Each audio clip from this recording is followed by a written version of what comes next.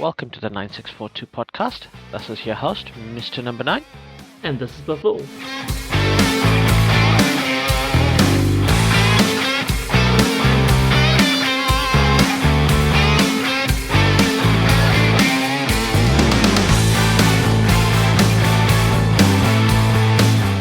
Hello, everyone. Welcome back to the podcast.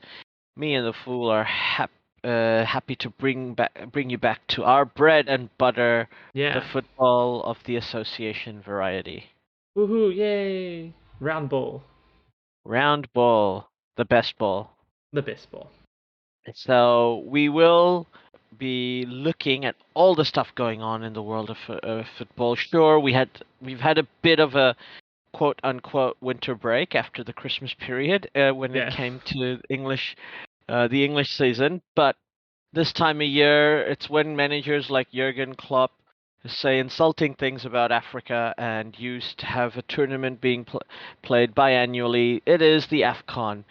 Yeah. Throughout the years, what is your relationship to the Africa Cup of Nations? I've never followed it fully, but it's always been there, and it's the sort of one that you hear about around this time because it's, players are away from the EPL and elsewhere, so you sort of hear a little bit, and maybe in the past I might have followed Ivory Coast a little bit with Drogba, things like that. You knew things were happening. It's interesting. Whenever I do catch some of it, it always seems very, very compelling. Like, it's a little bit like the South American stuff, where you have lots of teams that are all very, very equal sometimes. Yeah. There's a few that are above, but then there's a lot in the middle there that it can be, you don't know which way the game's going to go. And I think one of the things is, like, obviously it's had a lot of tournaments because it's a biannual tournament, and it has always been a biannual tournament. It's been played since 1957, so almost 65 years now. It's always been a biannual tournament. So anybody complaining that it's a biannual tournament, it's like, okay, it's never not been one. Like, been one before you were born. Yeah, exactly. And it's got the most number of winners even then, because it's just there's so many teams that can compete, and Africa, the AFC the confederation there have the most number of participating nations. I'm going to make a few arguments about the stuff before we go into because obviously I don't think I need to defend AFCON to you. I think we all agree every continent deserves its tournament. And everybody in Europe who goes, why is it at this time of year? I'm like, have you tried playing football in a tropical country in summer? Yeah, when else do you want them to have it? Like, it's the same people who complained about having to play in the Amazon rainforest, in Manaus because it's too hot. And I'm like, okay, and you expect it's okay for people in Africa to play? In that time, like, they should just do it? Like, okay. Yeah, that is a very valid complaint, really, to make to other people. Now, this is the problem with this, because there's some people who have constructive criticism where they go, oh, maybe you shouldn't have it every 2 years. It'll be more special if you have it every 4 years, and people will be less likely. And look, I think we should have, like, the AFCON when it is, but we should make a proper winter break for all of European football, so that way nobody's disadvantaged, blah blah blah. And, like, okay, fair enough. But the thing is, like, criticisms like that, which are constructive, they've got ideas, and they're not like going, how dare you exist, sort of exactly. Criticism. Yeah, it's basically amongst the criticism of everybody who's literally basically like, yeah, why do you exist?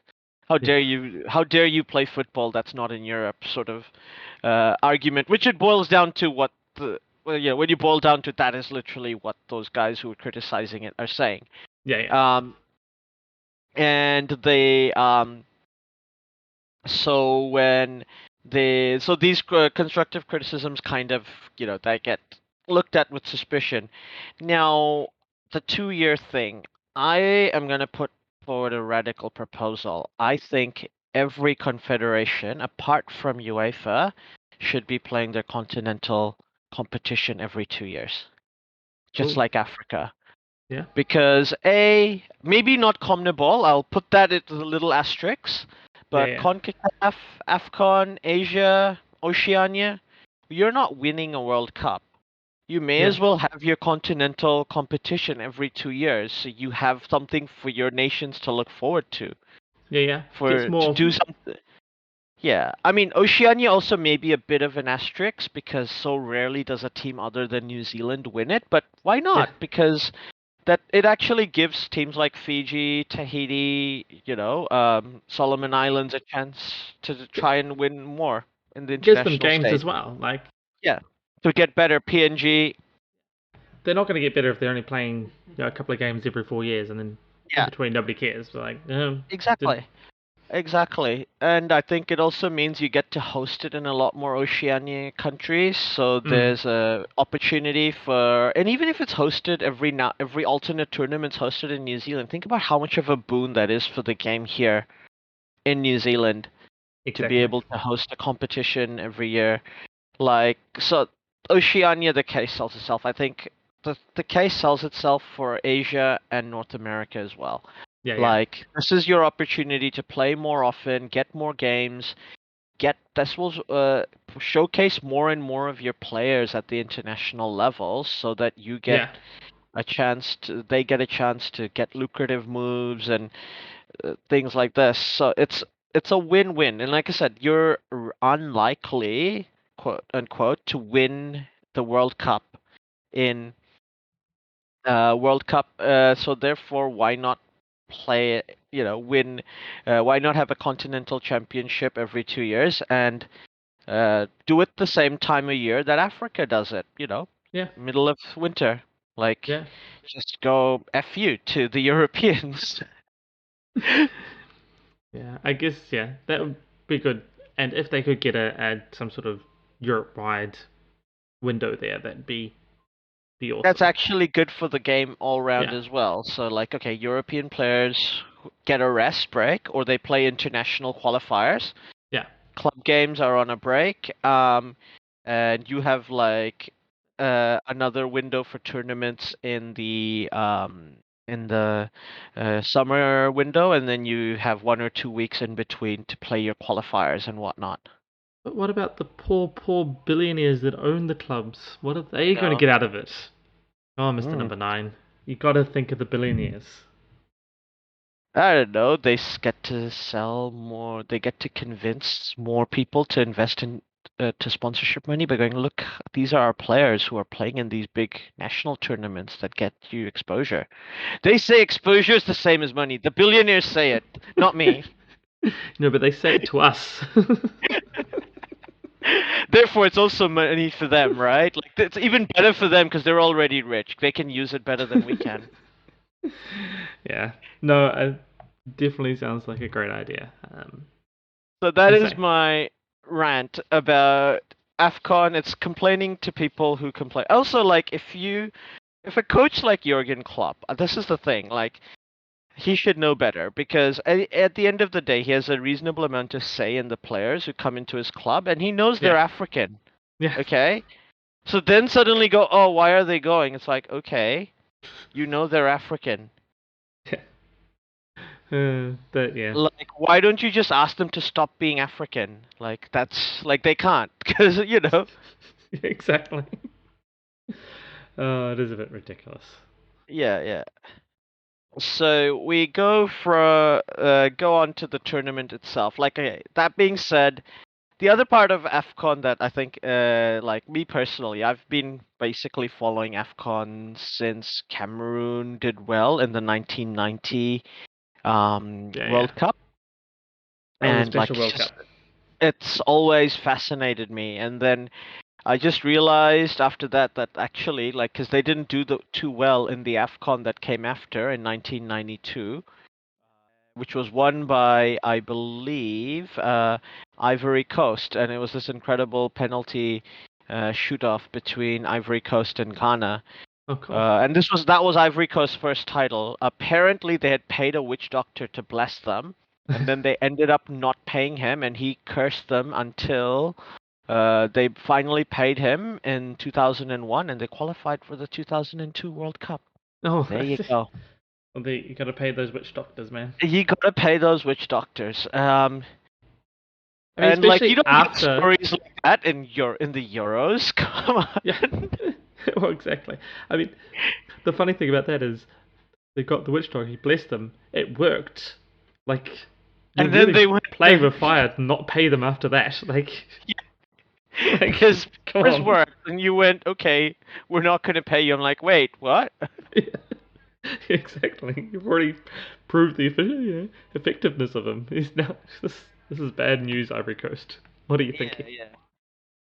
So and it so that was basically what like that was my introduction to AFCON. That is a great Now introduction to AFCON. That's just wonderful. and like so I've watched a lot of the tournaments, like sometimes more intensely than others. Mm. Um, Recent times it would often depend on people I know at work or people I know who are into football. So a lot of times I'd have workmates who might be North African or West African who suddenly January are like really really patriotic and whatnot, and then I'd be like, oh yeah, Good. AFCON's on. All right, let's get into it. Yeah, yeah. So we've had a really good tournament, I think, so far. Mal, being it's being held in Cameroon, and the yeah, it's I think it looks really really hot down there, like Yep. incredibly like despite it's not being. Imagine if this was played in summer. Yeah.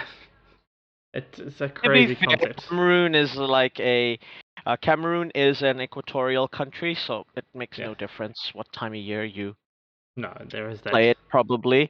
But the I think a lot of the players in Europe, because the conditions are such that they're used to like a more slick surface and Yeah. whatnot, like more rain, whereas it's a bit drier, so they've been a bit slow. Also, like early tournament like when you are is when you're always a bit what's gonna happen, let's play to not lose, especially because third place teams can qualify. Yeah. 24 when you have a 24 team tournament with a round of 16, that is the smart way to go. Be a bit more conservative, and like but I think it still had some cracking games. I was particularly impressed by Nigeria. I was expecting Egypt to beat them, especially Yeah. since Salah's been in great form Yeah, for yeah. both Egypt and Liverpool. Salah should be the guy winning the Ballon d'Or this year. Should have won Ballon d'Or. Yeah. Let's be honest. If it wasn't Lewandowski last year, which would have been fair, it should have been Salah. Yeah, yeah, yeah. And he's playing like that Ballon d'Or level, this Oh, season. easy. Like Yeah. it's incredible. He's playing Just crazy. he's playing crazy good. Yeah. But they basically, I wouldn't say he had Salah in his pocket, Sanusi, but I think they basically countered them really well, got a good goal, and like they play an interesting style of ball. So I think, there's. It's an international tournament. You see a team play really well with this interesting style, and you're like, oh yeah, I think these guys are gonna win. Don't fall in love with that team. They will break your heart. You know what I mean? Yeah, yes, I do. Like that was Germany in the 2010 World Cup. That was Cameroon in 1990. That Yeah. was Brazil in 2000, France in 2006. Yeah. Yeah, we can go on. Yeah. Now the basically the group stages have gone. We've got some crackers of a game. So Burkina Faso, first of all, are playing Gabon. Mm. And on Monday, it's knockout football. Look, at this stage, it's obviously anybody's game. Um, Aubameyang is gonna be on fire, I think.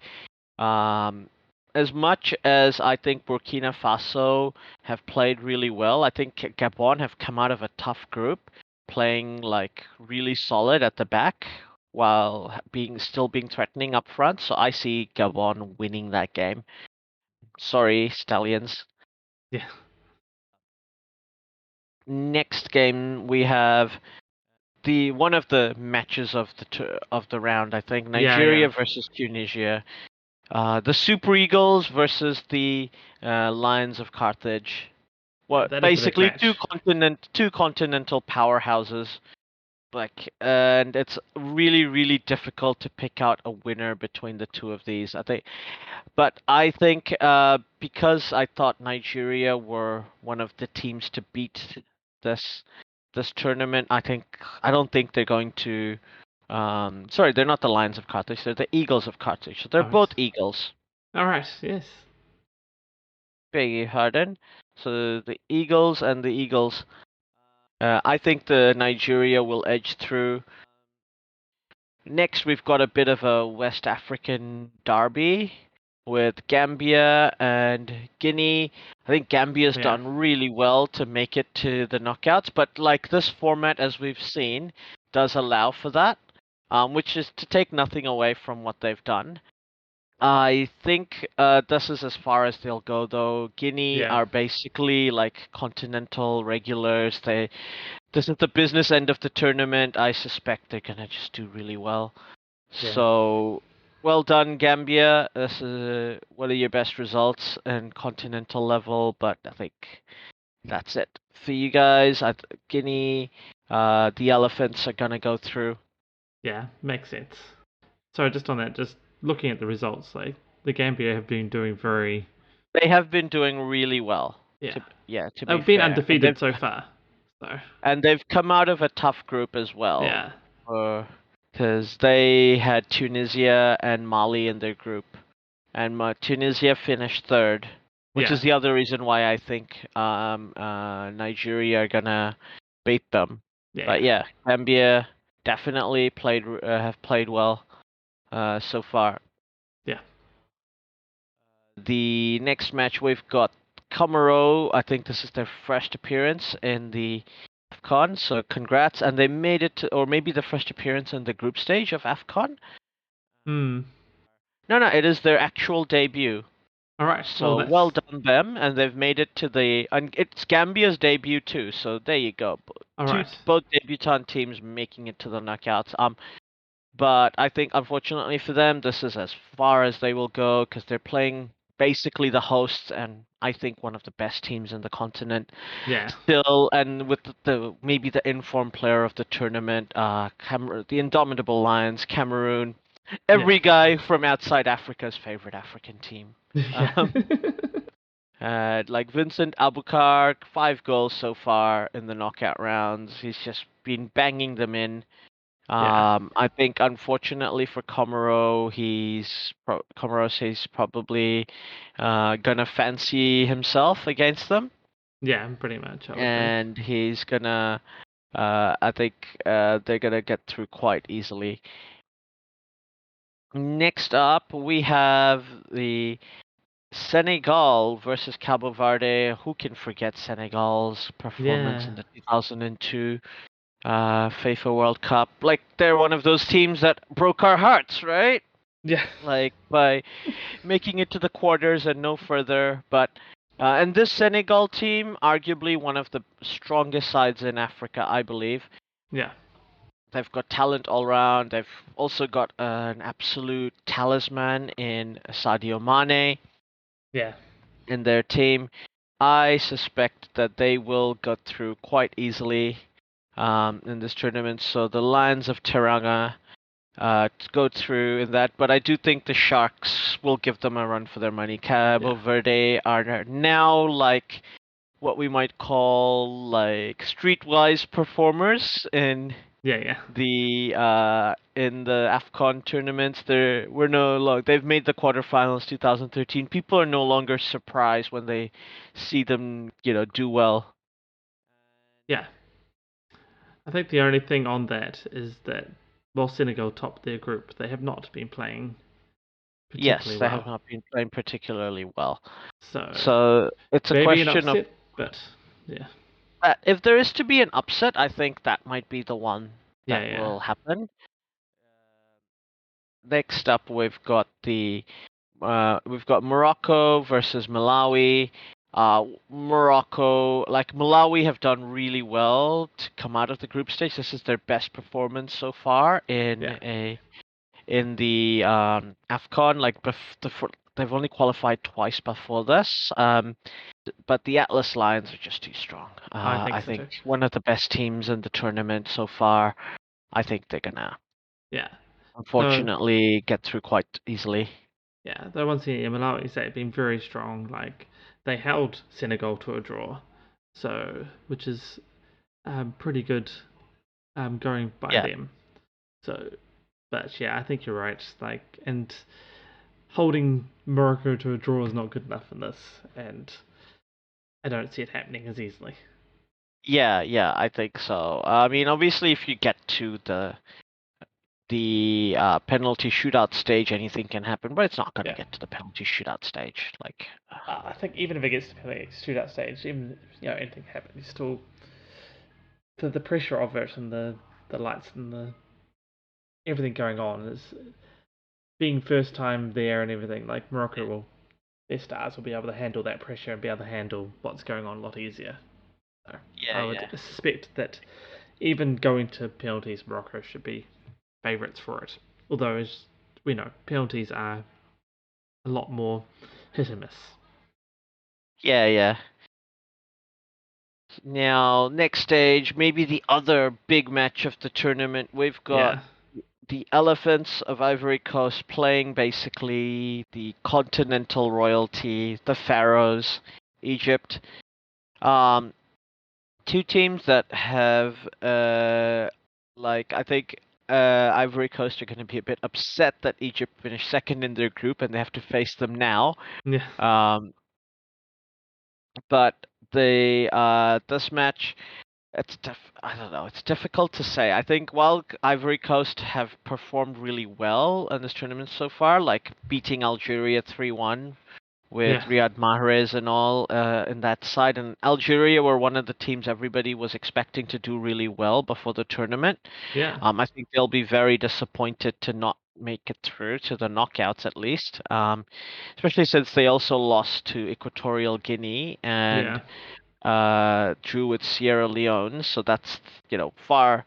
The Fennec Foxes are and especially because Tunisia and Morocco went through, so their and Egypt, all yeah, their yeah. North African rivals have gone through, so they're not going to be happy, I don't think. No, Um, but I think Egypt are too strong for the Ivory Coast at the moment. I think Salah and co are just gonna do like magic things. yeah. I think you're right. It's quite likely that Egypt will win that, but I'll hold out hope that the Ivory Coast can make it, just for old time's Yeah. sake. And then finally, we have Mali versus Equatorial Guinea. I mean, I think on paper, people think Mali will win this easily, but I don't think it's that straightforward. I think it's a bit more close than people give it credit for. Equatorial Guinea have played well in their group stage. They came Hmm. second, losing only the one game, and they they managed to beat Sierra Leone and Algeria, so definitely not a team I would take lightly. And it was only I Ivory Coast only put one goal against them as well, so it's not like there was the defense Yeah, has been holding up there as well. So say I wouldn't be taking them lightly either if I was them, if I was Mali, but and I'm sure Mali's uh, not really, but yeah, but I think if there is to be like Mali are perennial underachievers in the hmm, continent as well. They're like this. They're the team that chokes. So Equatorial Guinea, will they bring the national thunder against the Eagles? We'll see. we'll But see. I think that would be my pick for an upset there. I think Equatorial Guinea can do it. Yeah, it's definitely possible to say with the way they've been playing. They just gotta play like they have and have the belief that they clearly have shown through the group stage. And they've been playing pretty much as good as Mali have, so Yeah, we'll see how yeah, it goes. absolutely. And like it's obviously going to be an incredible next round. Like this is there's no games you can miss once there's a knockout stages of an international tournament, which is why I want there to be, want it to be done every Yeah, 2 years. I think if you have like CONMEBOL and the Euros can just play at the same time every 4 years, and I think that's fine because they're gonna play in. But the other side of why I think CONMEBOL should consider doing it every 2 years is because they have, just to go back to our earlier, is that they don't have a qualifier for Copa America oh yeah, like they yeah, do for the World Cup. So if they do have a qualifying tournament, that World Cup qualifying tournament is the only qualifying tournament they play. So the having another Copa America can fit in their schedule, and they're in the southern hemisphere as well. So the timing of doing a winter tournament kind of works out for them yeah, yeah, as well. So that's I think this is the thing. Africa's shown us the light. We just need to do what they do. yeah. you know, Pretty much, shown yeah. us the way to do it. But looking at this, the side, um, is there a team? Are you backing Ivory Coast? If they manage to beat Egypt, do you think they're gonna get all the way through? Yeah, so looking at it, I think the Ivory Coast have got a pretty, even after beating Egypt, they're going to have a pretty hard Mm. thing because the next round's going to be Morocco, It's more than likely. yeah, Semi-finals, Cameroon, probably. Um, yeah. so that's three hard ones. I was looking at there, Nigeria, Tunisia seem to me to be the ones that might have the easier side, if that's such a thing in AFCON. But like whoever wins that one, it's the winner of Burkina Faso and Gabon. Like I would expect one of those two to beat Nigeria. them. Yeah, like either Yeah, yeah. Tunisia or Nigeria should be strong enough for that. And then after that, it's Mali, Equatorial Guinea, Senegal, Cape Verde. So like probably Mali or Senegal, which is a bit of a Mm. hard, yeah, maybe. Like as we're just talking about, Equatorial Guinea is probably This is the thing. Equatorial Guinea or Cabo Verde could those. do upsets. Those were the two games we thought were the most likely to have upsets. Yeah, that's what I was about to say. Like Senegal probably, but that was the other game that we had on our upset list. So, um, that could be Equatorial Guinea versus Cape Verde in that quarterfinal. In which case, the winner of Nigeria Tunisia then has, whilst they've got they have to fight the Cinderella story going on. Yeah, Semi-finals is where that happens. So, um, where the Cinderella yeah, story dies is semi-finals. Um, so yeah, like that seems the easier half. Though obviously that's top half is a little bit more of the inform half, as in that's why there's the upsets there. So you got the technically lesser teams are actually on form or the bottom half. The yeah, lesser ones are like, oh yeah, you've done well to get where you are, but this is probably as far as you're going. yeah. I think also in a tournament like this, to be, with all due respect to the quote unquote lesser Yeah, sides, were making, especially those making their first appearance, they have less players playing in Europe, yeah, less players who are probably tired. And like and they're really motivated to take their teams as far as possible because this is their debut campaign in AFCON. yeah, So they're setting like a benchmark for future generations and of their countrymen coming up. Um, so yeah, that game against Gambia. I mean, I wouldn't be surprised if they won. I'd be surprised if Comoros beat Cameroon. yeah. Like that's a genuine upset. But Gambia and Guinea, that's potentially a close game, No, I I would think as definitely well. call that a close game. I wouldn't call it, if Gambia wins, I wouldn't really call it that much of an upset. Hmm. Um, though I think, as you said, like Guinea is a this is where they get here quite often. They're seasoned travellers into the knockout stages of AFCON. But Yeah. yeah, Gambia's been playing well. That's a good draw for them to be up with. Getting that gives them the best chance to get to the next stage. Yeah. As I Yeah. say, I But wouldn't call it an upset if they win because I feel it's pretty even. absolutely. And I think, but that being said, whoever wins Guinea versus Gambia, it's hard to see either of them get past Cameroon. Yeah, no, I mean you get to that bit. Cameroon's going to win there. To me, that Yeah. seals it. So that's why I look at it. Yeah. Go, yeah, the winner of Ivory Coast, Egypt doesn't have. It's probably Morocco. That's not an easy next one. Then it's probably Cameroon. That's not an easy semi-final. So and same, but the same with Cameroon. Like Cameroon gets probably an easier quarterfinal, but semi-final, whether that's Morocco, Ivory Coast, Egypt, like that's a hard semi-final for them as well. Like that whole bottom half, there's going to be a tough match through there. Yeah. Yeah. For sure.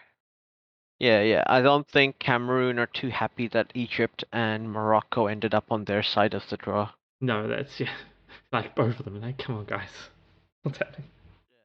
But it'll be good whichever way it goes. Oh, it makes for interesting watching.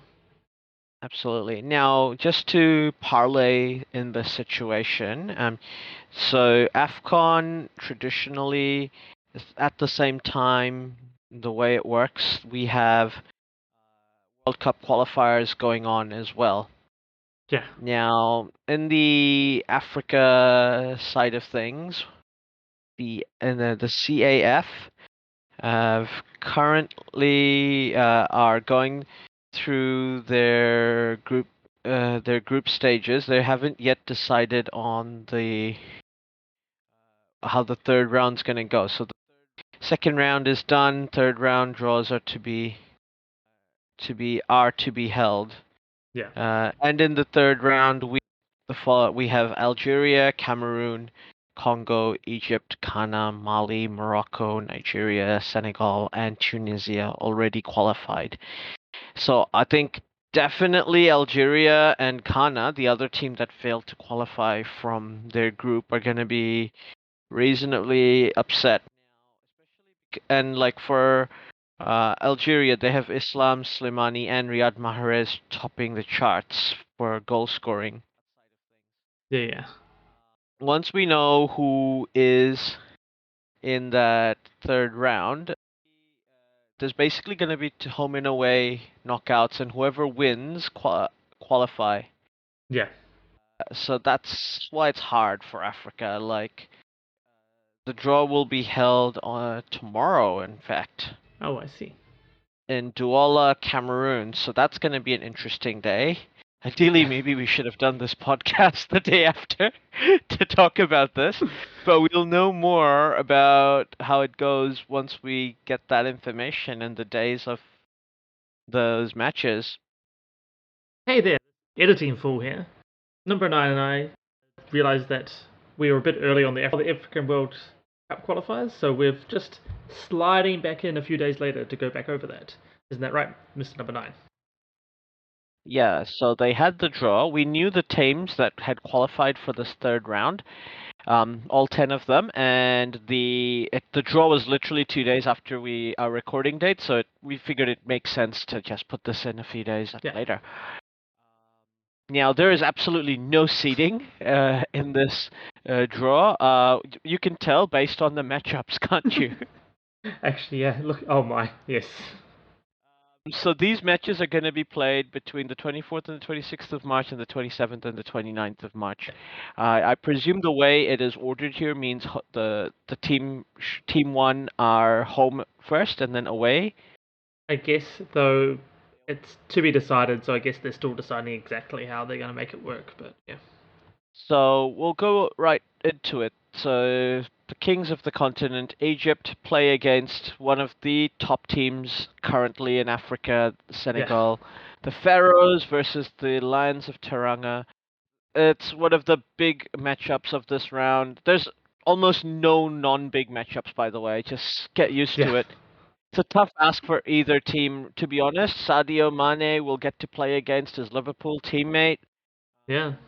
Hopefully, barring injuries, fingers crossed. That's got to be the highlight of the round, in my opinion. Despite all the great matchups. Yeah, oh, that's a great match right there. And you say, yeah, Mane versus Salah. It's going to be crazy, and it's sort of sad that they have to be drawn together because it means one of them doesn't make the World Cup and one does. Both of these teams have made it to the World Cup before. Egypt being the first country from Africa to play in the World Cup, and they played in the very first World Cup back in 1930. Just some trivia for you guys. Now, the next match, we also have two countries that have played in the World Cup before. Two continental giants again, Cameroon and Algeria, though Algeria tradition have only won one AFCON, which I think we can all agree is an Yeah, underperformance for how good they are, given how good their World Cup yeah, record yeah, is. But they've got a bit of a golden generation, and despite their poor showing in the AFCON, they are in this third round. But it's gonna be tough to play against yeah. Cameroon. Though Cameroon, as we speak now, basically just spent their AFCON match against Comoro, where the Cameroonian team had to put their left back as a goalkeeper, and they still almost lost. And they had been down to 10 Oh men. dear. All right. So yeah, So well done, Comoro. Like the fairy tale is over for them, yeah. Unfortunately, unfortunately. But yeah, Cameroon get through. But yeah, Algeria, Cameroon. I think Cameroon are just they seem to be vulnerable. I think Algeria, especially if they do have that second match at home, Riyad Mahrez, Islam Slimani, they've just got too many good players in form at the yeah, moment. yeah. I think I agree. As you say, Cameroon's not quite at the top of their game, and Algeria seems to be quite good despite their AFCON performance. Yeah, I think you're right that Algeria seem like they probably have the edge there, but I mean it's another big, as you said, they're all big matchups. It's not a thing, but it's another Yeah, one where yeah, it just feels crazy that one of them's going and one of them's not, and it seems like yeah. it's going to be real knife edge sort of stuff. Going on from there, we have two West African rivals, arguably rivals on and off the pitch, country-wise as well. Ghana versus Yeah, Nigeria. Basically, this is like one of the other stellar matchups of this round. I do think Nigeria are gonna get through, despite just recently not getting knocked out of the AFCON. mm. But they at least qualified, unlike Ghana. I mean, qualified outside of from their group stage into the Yeah, yeah, knockout rounds. They have a really, really interesting team. They've played really well. It's in a great style of football. I am super interested to see what the Super Eagles are going to bring against the Black Stars. I can't. I think Nigeria have it, especially since they have the away, their home second match at their home ground. yeah, yeah. I mean, I almost feel like this is Ghana's me, and like I'm little things, but I mean, at the same time, you're right. Nigeria has been playing well in the AFCON. They made it the quarterfinals. They do have the what I would call the slightly better draw as well, with away first and home second. So I think I might be swayed by your arguments and be going Nigeria probably will edge that. But as we're saying, these are all going to Mm. be down to the wire. Like really, they feel like they should be really close matches and really close ties that just it's going to be one or two goals max difference, and it's just going to be exciting matches really. Yeah, yeah, I agree, definitely. Especially because this is such a hated Yeah, matchup. There's so many Ghanaians living in Nigeria and so many Nigerians that live in Ghana. I know this is going to be crazy. That game is gonna just light up. Yeah. Following on from there, we have the DR Congo, Democratic Republic of Congo, versus Mm. Morocco, Leopards versus the Atlas Lions. Democratic Republic of Congo is the first country from sub-Saharan Oh. Africa to qualify for the World Cup. They have not been in the World Cup since that time in the 60s, I want to say. Mm. They're up against one of the best teams on the continent. Yeah. It's very tough, but the Democratic Republic have a good team. This one is almost too close to call for me, but I think I'm just gonna have to go with the Atlas Lions just because they seem to have the home game in the second match, and Yeah. that might be the difference. I think there's another one hit of me, head versus heart. My heart wants the DR Congo to go, just, Yeah, seems the more special story. But I think you're right that Morocco is just probably going to be too strong. yeah, I mean, to me, this one seems like we're talking about heavyweights. This seems almost the least heavyweight, maybe, because Morocco just feels stronger. yeah, 100%. Say Congo, there's some Cinderella story going on there. Not quite, but close. So I sort of want them to do it anyway. Yeah, I agree. Now, the next match we have a matchup between Mali and we have Tunisia, the Eagles of Carthage playing I forget what the Malian team are called. The Eagles. That's right. I made that joke last time. The Eagles and the Eagles of Carthage. Mali, as I mentioned previously in this podcast, tend to underachieve given Mm, their talent, but they've been doing well so far in AFCON, and they are on form. Tunisia are lucky to make it to the group stage. When they did, so they beat yeah. Nigeria, so anything can happen.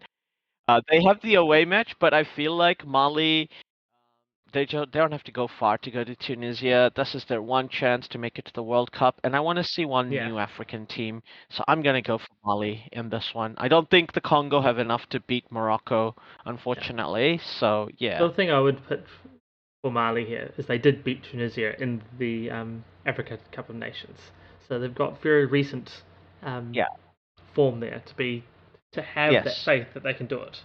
And So, I believe Africa is also the only continent remaining where we can get a well, debutante yeah, team in the World Cup.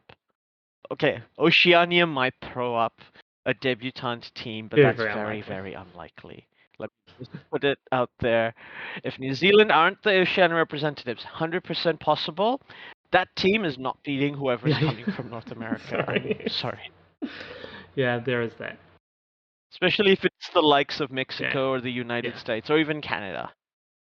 But yeah, I Uh, agree with you though that I think Mali's probably going to do this one and hopefully be the first debutant or this year's debutant. Lot.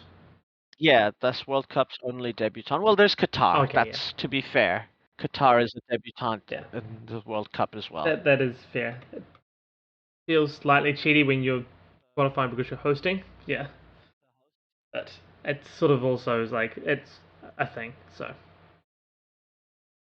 Yeah.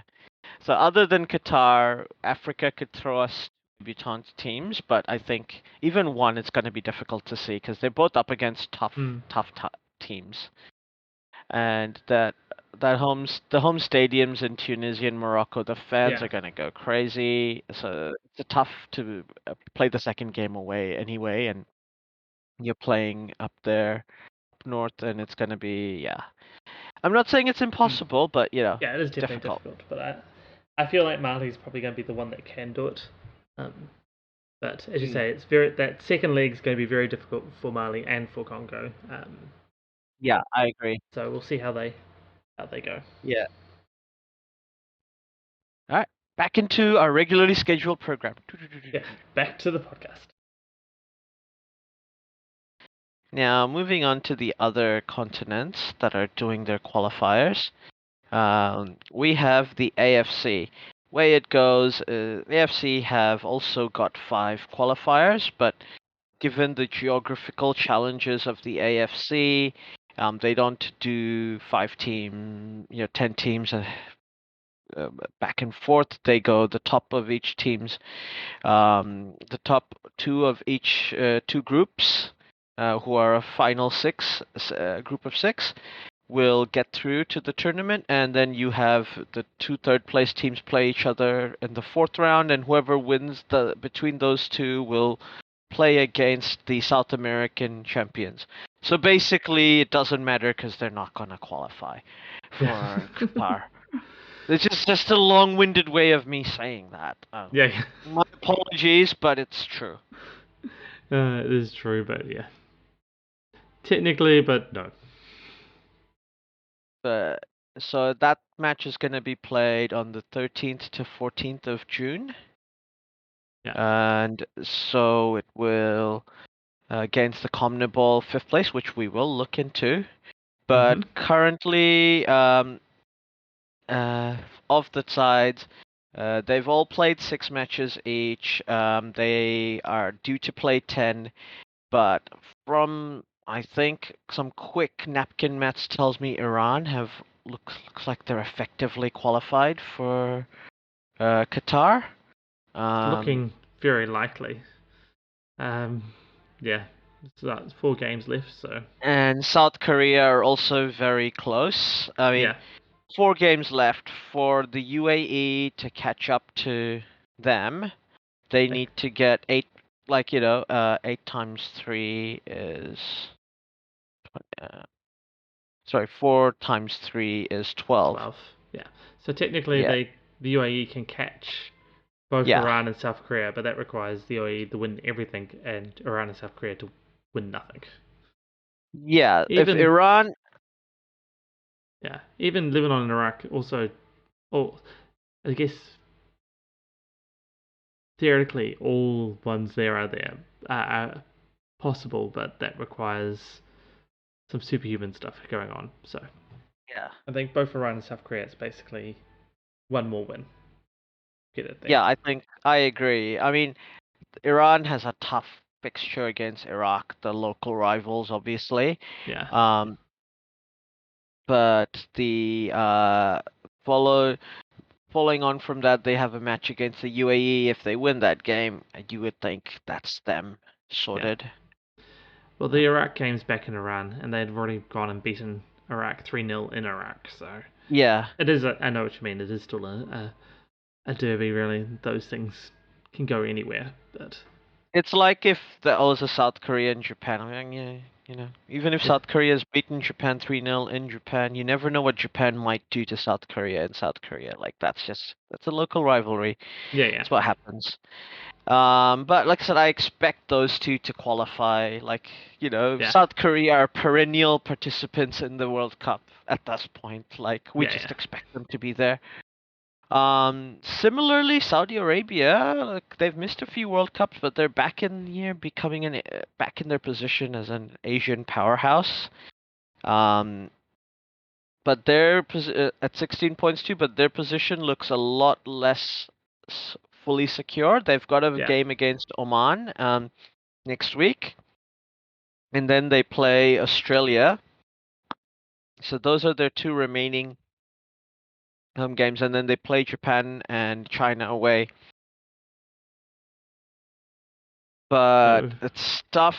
Any of those three can still do it. Australia, yeah, uh, and this is the thing: the team that has the best chance of qualifying against a South American is Australia, because they're the only team to have done it, I think. yeah, yeah. No, Like, that intercontinental qualifiers to beat a South American side and did qualify, they because beat a they South? did against you. They beat Uruguay to Oh, they did. qualify for the 2006 World Yes, Cup. yes, they did too. Sorry, yes. But Like, yeah, I remember they had to play Argentina to qualify for the '94 World Cup, yeah, which is where I think I told you my cousin got to watch Maradona play live. yeah, yeah. I think you did say that, which is I'm still jealous. Yeah. So, um, heck, Australia still have to beat the United Arab Emirates, assuming that's the team they have to face. I mean, you Yeah, can never tell. Like, that fight for the third place spot in Group A is still contentious. One of these three should finish in the third place spot, though. Saudi, Japan, or Australia. yeah, yeah. I think in the Group B, it, yeah, Saudi Arabia, Japan, Australia. Those are the top three. I don't really see a man getting there. Um, Possible, but I mean the same as the UAE not having to be the third place team in Group A, or UAE or Lebanon really. Um, So yeah, I think for Group B, it's just a fight between Saudi Arabia, Japan, and Australia about how that ranking goes. And so at the moment, Saudi Arabia has a great advantage there, but they do have to play both Japan and Australia and Oman. Yeah, So um, those are hard games going in for them. So they've got the points on the board, and it's up to Japan and Australia to chase them. I guess is the situation. yeah, yeah, But so yeah, yeah. those three. They've got Australia at home and Japan away, so those are the two hard games. Everything else is winnable for them. Yeah, Yeah, so their pole position, I think, is fair to say, is where they're at. yeah. I would expect that they would be one or two. I don't see them dropping all the way down to the third. That seems hard. That's 5 points lost. Yeah. Um, Yeah, so yeah, I would expect that they would come either one or two, and it's between Japan and Australia about which way round it goes for second, third, in the having to go into third and go through the knockouts. yeah, definitely. Um, Now moving on from Asia, we were gonna go to the rivals for this World Cup, CONMEBOL. Um, so South America, it's once again the most interesting uh, conference in existence. They've already got two Yeah, teams that have qualified. The Crown Princes, Brazil and Argentina. yeah, There's gonna this is gonna be a very COVID affected qualification tournament because yeah, there's gonna be suspended games, etc., points given up, etc., etc. Um, that being said, Argentina have only got one more game at home against Venezuela, and they have got and they've got what, three more games away. Basically, get one against Brazil, Ecuador, Chile. This is the thing. Argentina's probably not necessarily going to put their top sides in there. They're going to experiment with players, as will Brazil. yeah, Because they've already qualified. I mean, sure, Brazil have an unbeaten record, so do Argentina, but it's not 100% record, so they don't. I don't think they'll feel obligated to keep winning.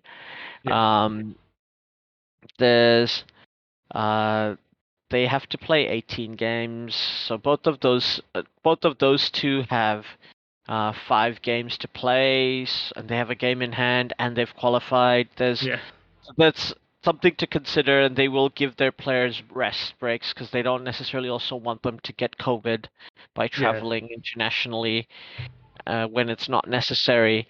Now, Ecuador, coming back to That the is World awesome. Cup would be a great result for them. Um, 23 points. They're so close to getting Yeah, through. Um, there's basically uh, Peru and Colombia are about 6 points behind them. If Ecuador, like I said, they have a game at home to Argentina in the altitude. They have a home game against Brazil at home in the altitude. They can basically, if they can win those two games, I think that's them, right? Or even yeah, just yeah. one of those games, that should be them. That's two big games Um, for them, but yeah, I think if they take points there, even probably maybe two draws is yeah, like almost to they've got there. Peru away, which will probably be played at Lima, on the coast. Yeah, And they've got Paraguay away. Another winnable game for them, given how well they've been playing. yeah, yeah. So I think Ecuador, like I said, they should aim to win those home games because yeah, they're there for the taking. I mean, it's yeah, big ask still to play Brazil, but they've got altitude and good yeah. players in their team. I guess the big game there is the Peru game. It being away, um, down Lima will Mm, probably be less. That's not the greatest for them, but that's the game that if they can win, the rest of the games almost don't matter. Win that game, you probably qualify because Peru's one of the other ones that's chasing them down. So Yeah, I mean, this is the thing. I feel like if Ecuador win against Brazil, they'll effectively have qualified, depending on how mm, Peru do, because Peru um, have an away game against Colombia, so that game is also vital. That's basically going yeah, to be if that game is a draw and Ecuador win in Brazil, that's I think effectively them qualified. yeah, And yeah, they might give Peru a bit of a leeway away, like not risk a lot of their players. So that could be tough on Colombia. They also Colombia have a game against Bolivia, which again at home, which is they should win because Bolivia haven't been playing particularly well this tournament, no, and Colombia have got one away game against one actually, away, two away games, one against Argentina, one against Venezuela. Those are yeah, two winnable games because Argentina have already qualified, as we've shown. yeah, yeah. Um, But we'll go on. I was saying, yeah, it's going to depend a lot on Argentina and Brazil and what teams they send. As you say, it seems likely they'll send lesser string sides, not wanting to Which stars not also wanting to again, come back, things like that. So Brazil and Argentina are strong enough teams that that might not be good enough. yeah, Now for now going because I think Ecuador are in pole position and most likely to be the third qualifier, in yeah, my opinion. But Colombia, Peru, Chile, Uruguay, Bolivia, Paraguay, all with a chance to qualify. I think Paraguay yeah, maybe the least. They're 4 points behind Peru with sorry 4 points behind Peru and Colombia with 4 games to go. But Bolivia's only 2 games behind. Uruguay, Chile only a game behind. So yeah, Chile get to play Argentina, they're one of their great rivals, and Uruguay, who they have to directly go against at home. And then they have an home game against Brazil and Bolivia, oof, who are also eternal rivals with Chile. yeah. So, so this is like I think Chile considers Argentina their greatest rival, and Argentina's like who dat? And Bolivia are like you guys. Chile is our eternal rival, and Chile are like who dat? Yeah, pretty much, I think. The the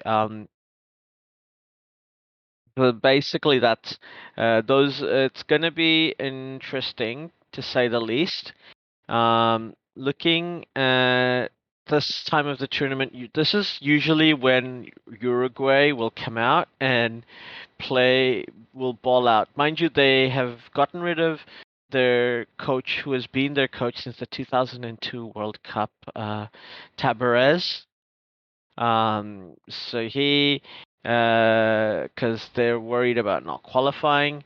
Mm, Now, Uruguay have a game against Paraguay, Battle of the Guays, on the 27th of January, and they will be playing against Venezuela on the 1st of Feb at home. So are those are must-win games, I think, for yeah, Uruguay. And if they win those, I think they go into kind of a pole position because uh, Peru and Colombia are both playing each other. So one of yeah, those two teams are not going to get points, or if they draw is even better for Uruguay and Chile.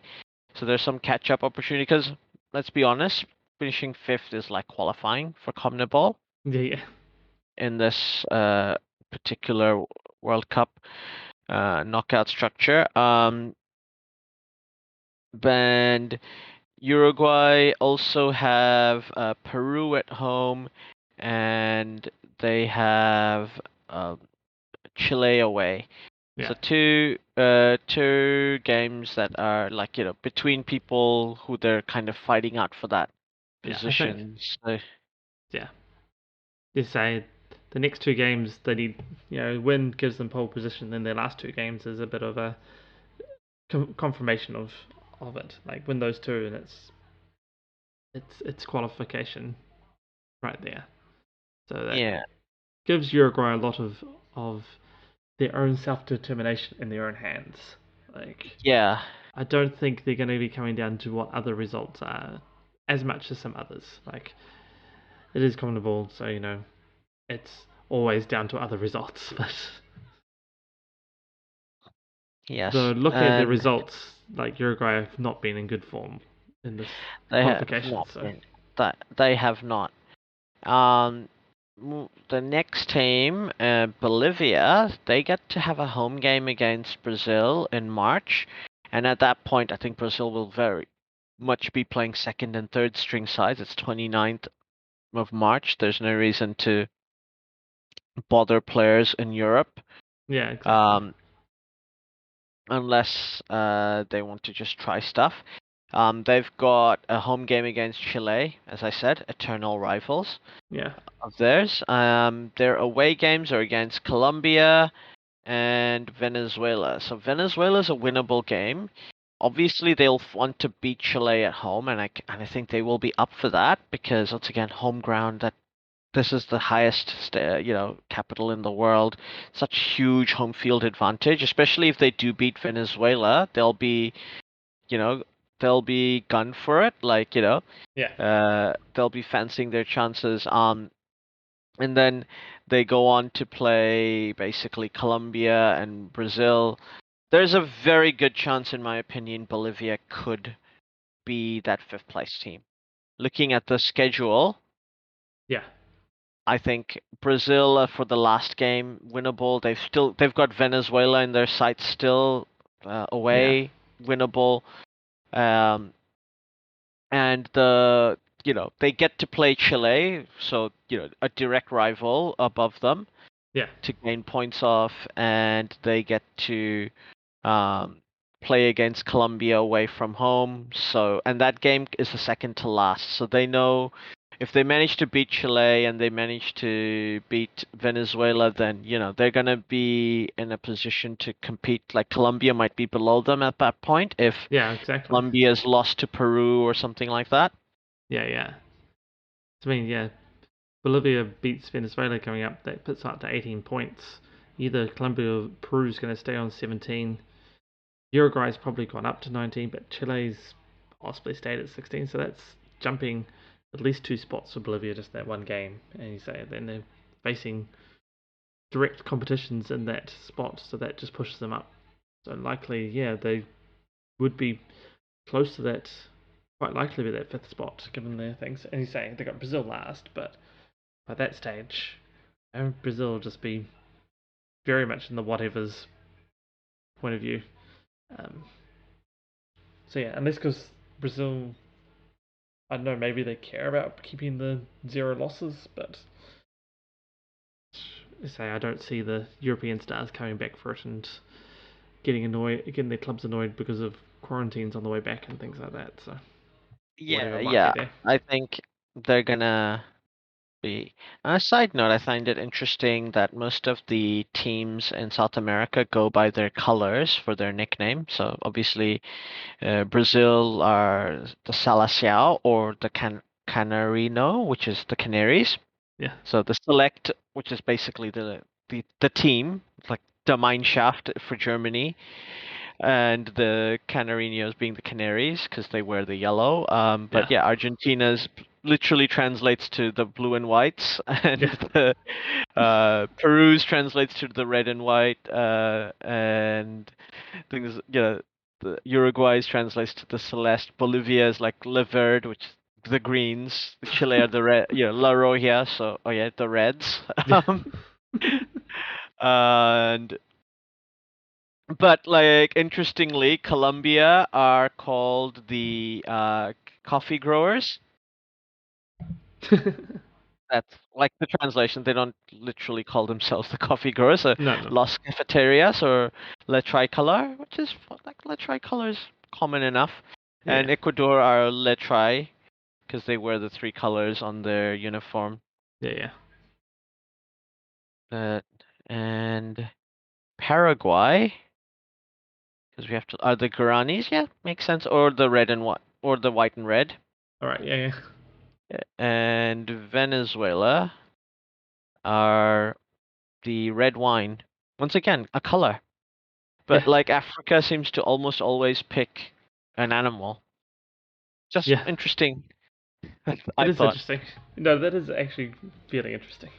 Say, Africa goes for an animal, and In Brazil, who specifically have picked an animal. yeah, but it's yeah. The Canaries is a normal name for a team in yellow. So Yeah. And like the others, and there's no color suggestion for their thing, their for in their name at all. Like Colombia, it's interesting because like teams like Panama are called the Canal Boys, and it's more similar to a lot of the North American teams, yeah. how they pick their names. But now looking at our final confederation, because are we actually no? We'll look at OFC too. Do we look at UEFA? Or if we want to, UEFA's already had some qualifiers. I think we yeah, yeah. can We can look at we them. can look at a few of them. So CONCACAF, we are down to our third round.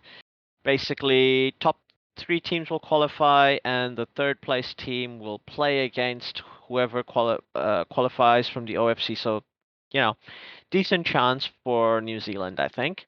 Yeah. Now, not to say CONCACAF, any of these CONCACAF teams are going to be easy beats. At the moment, pole position looks like Panama are there to try and qualify for at least third or fourth.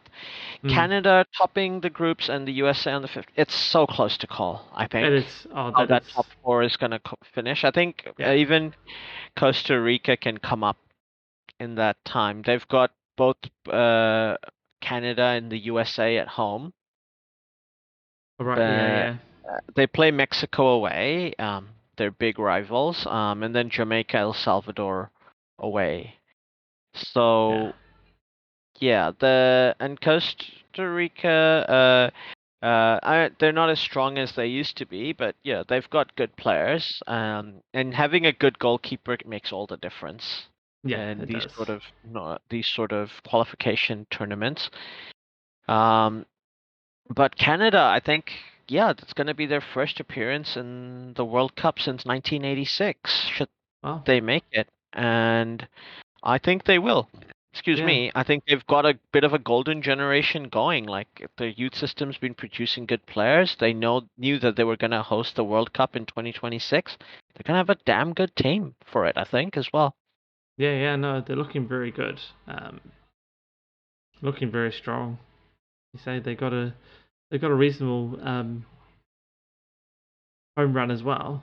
That Yeah. Honduras, then the USA, El Salvador, Costa Rica, Jamaica, and Panama. So like they've done the Mexico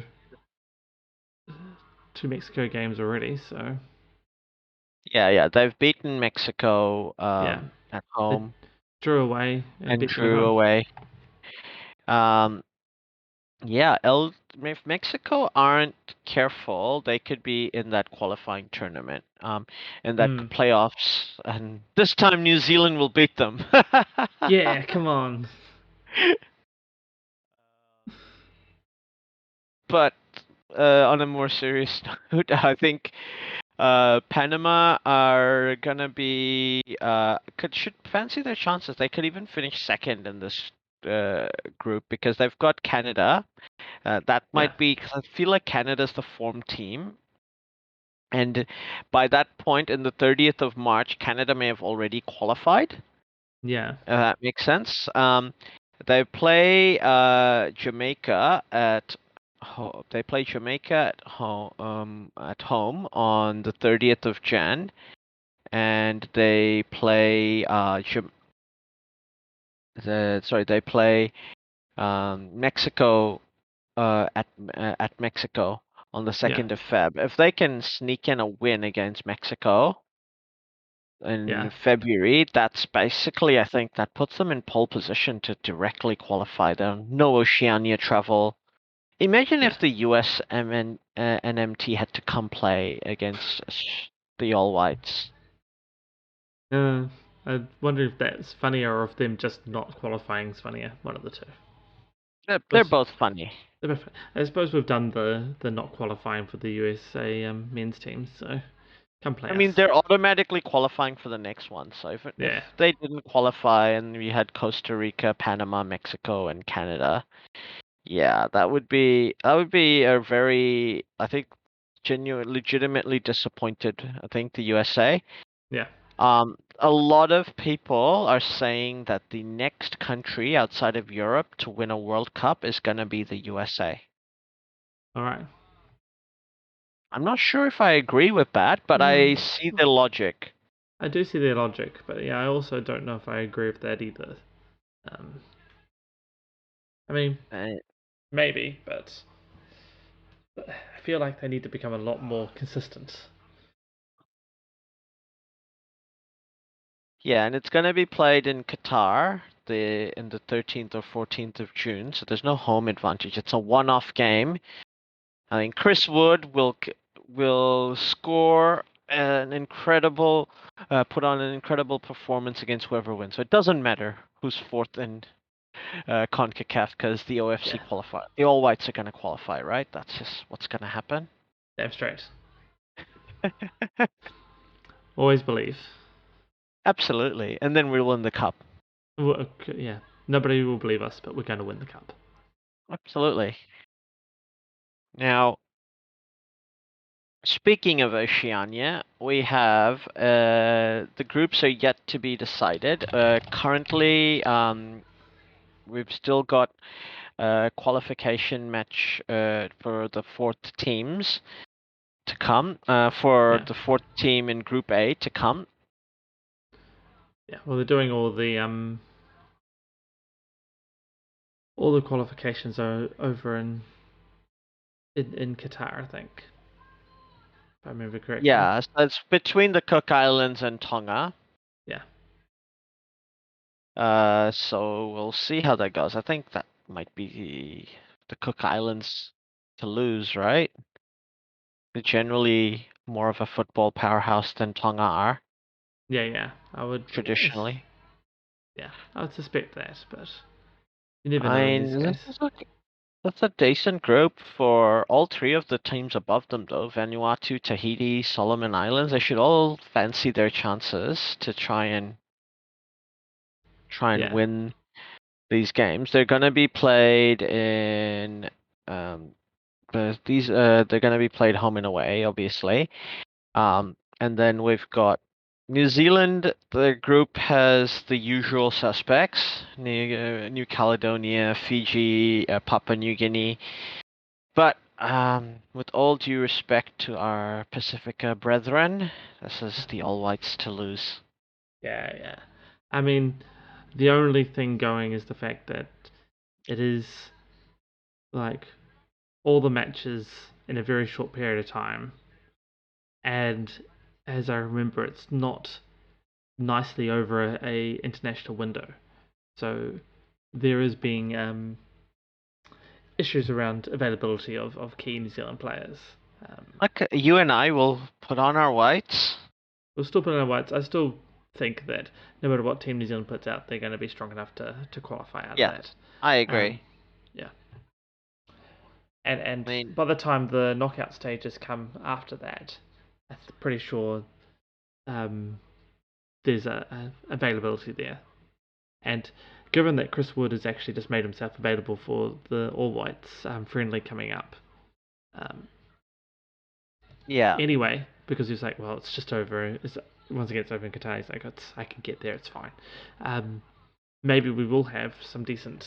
We'll have some of our players come over some of those games anyway, and just make themselves available where they can. Um, because So it is all just the in Qatar. qualifiers are in Qatar, are they? Yeah, all the qualifiers are in Qatar, as I understand, because they couldn't get them sorted um, beforehand over the last few bits of COVID. New Um, Zealand's effectively gonna have like acclimatization and everything and have it all yeah. done. So the only issue there is around availability of stars for New Zealand.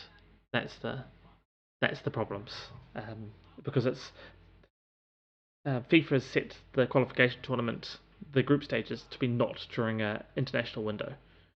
So, which only really impacts on New Zealand. And Yeah. that's, did not, make the New Zealand coaches and selection team for NZ football be particularly happy about it all. But in the end, it is what it is, and say I still consider our team to be strong enough that it should be fine. But Yeah. see how we go. Yeah, yeah, absolutely. But yeah, we'll win. It's fine. Yeah, we'll win. We'll win the cup. It's fine. It's fine. As I said, it looks like Chris Wood will just make himself available as much as he can anyway, since it's just in Qatar, and he's like, I can fly there in a day, so whatever. Fly over to Yeah, play the yeah, match yeah. and fly back again to play for Newcastle. And it looks like Newcastle's happy for that. They're like, yeah, you go play for your country. That works for us as well. Like, Yeah, yeah. yeah, So yeah, that should definitely be good. But that's yeah, and we're gonna beat whoever North America send. It doesn't matter. doesn't matter. We'll be fine. Next up, we are going to the Big Daddy UEFA. We've got a few teams that have already qualified here. Group A. Serbia almost look like Serbia and Portugal have basically set it up so it's between the two of them. Whoever win that group, and Serbia has already qualified because this is a 5-team group, Yeah, and Portugal are gonna be there's gonna be a draw to figure out who plays in the knockout rounds.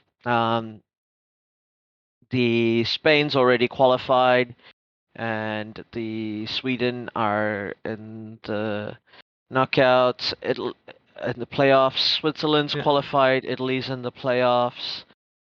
France is qualified. Ukraine's in the playoffs. Belgium's qualified. Wales is in the playoffs, and Czech Republic is in the playoffs via the Nations League. yeah. All those teams that ignored the Nations League. Denmark is in the playoffs. Denmark have qualified. Scotland are in the playoffs, Go and Scotland. Austria are in the playoffs due to the Nations League. The Yeah, Netherlands, I believe this group is also already done. Group G, Netherlands have already qualified. Woohoo! yay. And Turkey are in the playoffs. Croatia's qualified. Russia's in the playoffs. England have qualified. Good work them. Poland is in the playoffs. Yep, good Yeah. work. Germany have qualified. North Macedonia are in the Oh playoffs. yeah. Go North Macedonia. The way it's worked is the second place teams selection and seeding. Portugal are the top seed, Yeah. and Ukraine are in the bottom seed. So we'll see how it goes. Yeah. They've got and then yeah, further looks like the those games have been drawn. Have they? I think so. Looks like um yeah. So yeah, in March, Scotland are playing Ukraine. The path A. What's path A?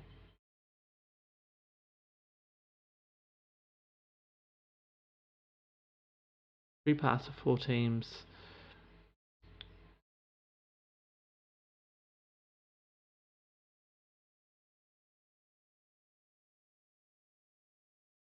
Right. They've Okay. basically made UEFA super complicated. Yes, they have basically made UEFA super complicated. So they'll have another round of yeah. So they've got semi-finals and a final in 3 different pools. So yeah, Scotland, Yeah. Ukraine, Wales, and Austria go into one pool. Scotland plays Ukraine, Wales plays Austria.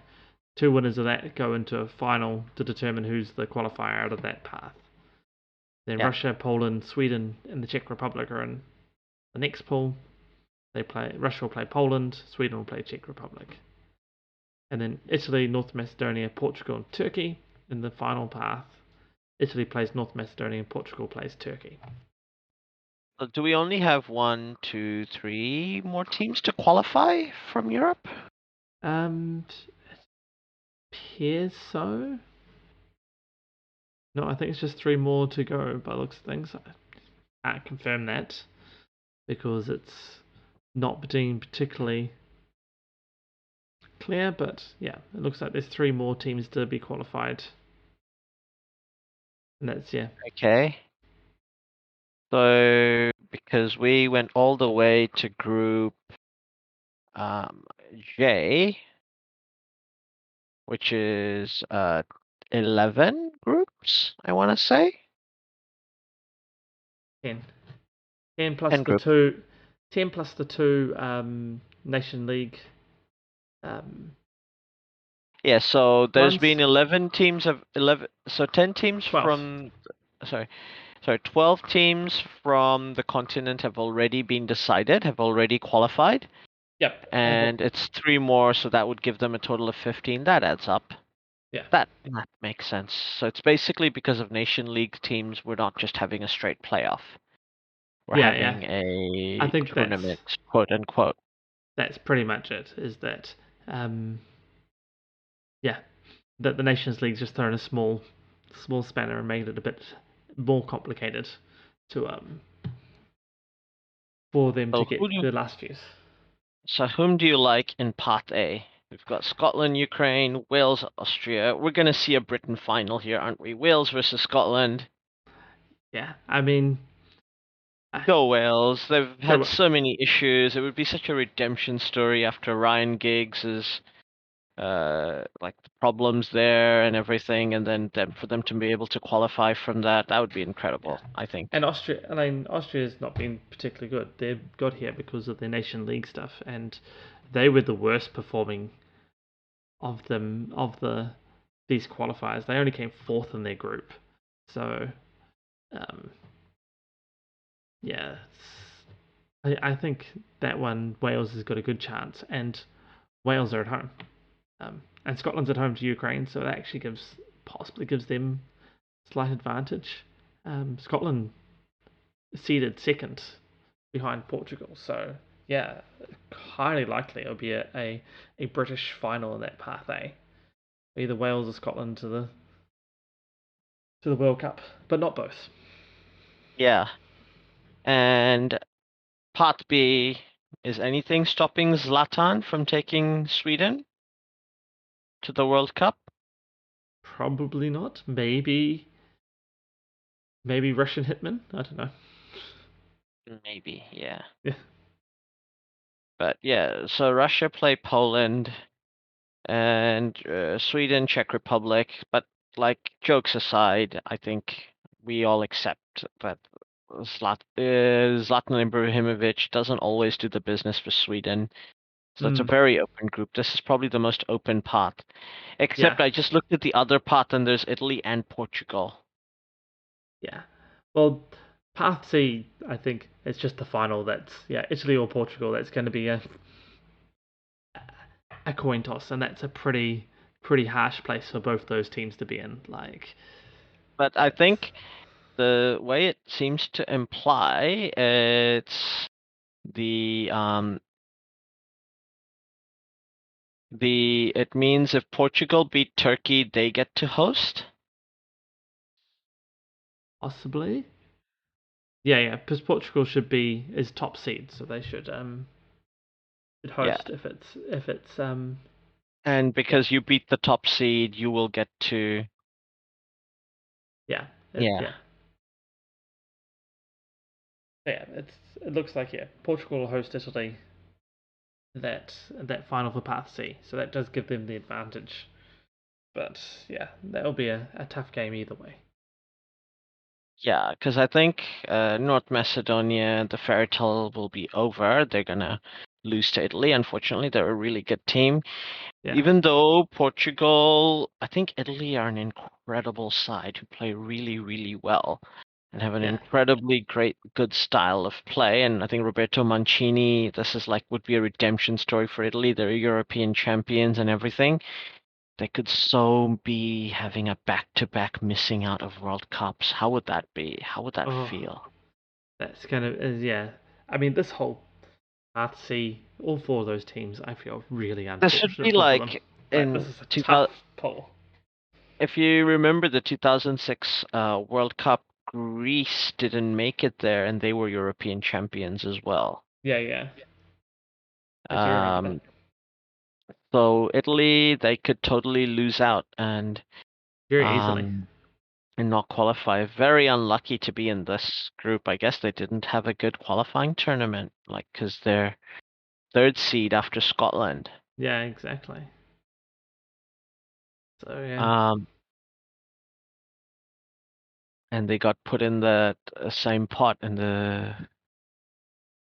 yeah, it's just a bit unlucky draw for Italy, really. Like, yeah, just look at that path C and just I think even North Macedonia, like that's being a bit unfortunate for them as well to be stuck in there and be like, oh, Because did all if this good North work. Macedonia were to be in that, if you replaced Italy with, say, Russia or Sweden into that pot C, you could go, oh yeah, that's a more reasonable Yeah, thing. But yeah, at or the even end if of the day, Italy didn't play as well as Scotland, so yeah, I there was the you same go. thing. You could replace if Italy had played slightly better and therefore top seed, well second seed, then technically they replaced with Scotland there, and that's a different kettle of fish all around going on. Um, Yeah, and if I was North Macedonian, even going to Scotland, that's a long trip and all the rest, but that would be a game I would be much more enthused with. But mm, yeah, but as I say, it is what it is. Italy's in here with Portugal, North Macedonia, but even Portugal, Turkey. I know it's at home for Portugal, but that's not an easy game for Portugal either, really. Like yeah, Turkey was their seventh seed; they're just outside the pot one. yeah. Um, What is the reward for being number one seed? You seem to get tough games. yeah, no, that's really unfortunate for Portugal as well. Like, do all the hard work, number one thing, and like, hey, how about you go in the path with all the other good teams? Yeah, Like, you get the number three seed and the number seven seed. yeah, yeah, Mm. exactly. Like, yeah, how has that really been nice? Get the top team out of the technical unseeded side of it. But I guess it was drawn. I think they just drew one from pot, two from pot one, two from pot two, and you got what you got. Yeah, yeah. Dang. Oh well. I mean, previous World Cups, I can remember the UEFA qualifiers. You got all the second place teams all go play each other, and they always threw up matchups. So you're just like, oh, that's just harsh, harsh, harsh. And you felt like the qualification tournament before it didn't really matter where you ended up. You always seemed to you're getting a harsh outcome from it anyway. So Yeah, yeah.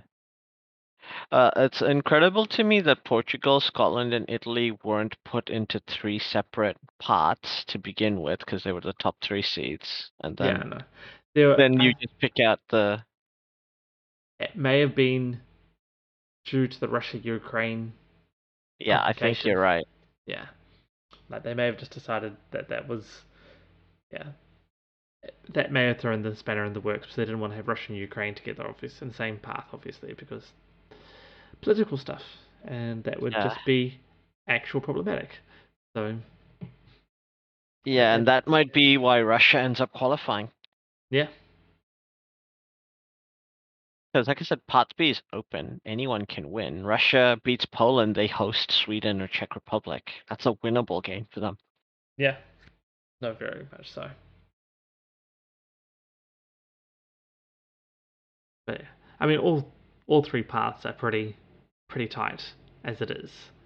I mean, yeah, Russia, Poland, Sweden, Czech Republic, they're all teams that can qualify. They can all beat each other. So, and same as Scotland, Ukraine, Wales, Austria. Like, there's no easy game in any of this. Yeah, yeah, absolutely. So, yeah, It's just, yeah, it's an interesting way it's ended up. But at least yeah, most of their qualifiers are done, and yeah, these games are going to be played over March, so that's going to be an yeah, interesting podcast to talk about in May about those tournaments. yeah. Um, yeah, we're definitely going to preview that all whites game, aren't we? Oh, definitely. But to qualification, obviously that's what it is. Yeah,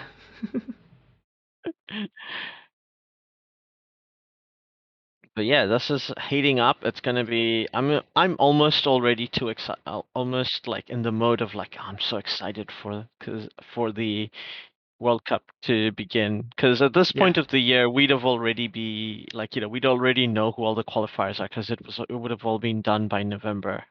yeah. Exactly. We would have had our. In a way, delaying the tournament to the end of the year has made like it fit better with COVID. Yeah, really has really. Yeah, but we'll see how it all plays out. I'm sure the tournament will be completely controversy free and there will be no issues whatsoever, right? Yeah, sure. That sounds about right. No But I think controversy here. we'll definitely in a few weeks or maybe a month's time we will definitely relook at what happens in the next round of international fixtures as the Yeah, things yeah, heat up and we'll know a lot more in March. Well, in March we should know everything apart from the intercontinentals. yeah. Exactly. Well, by the end of March. So, Yeah, um, so really in April we'll have who's going, who's having to be into the continentals and all the rest. So, which will be very exciting. absolutely. Anyways, I think that's all we have time for today. Yeah. Thanks very much for listening, and we'll look forward to hearing from you next Catch you next time.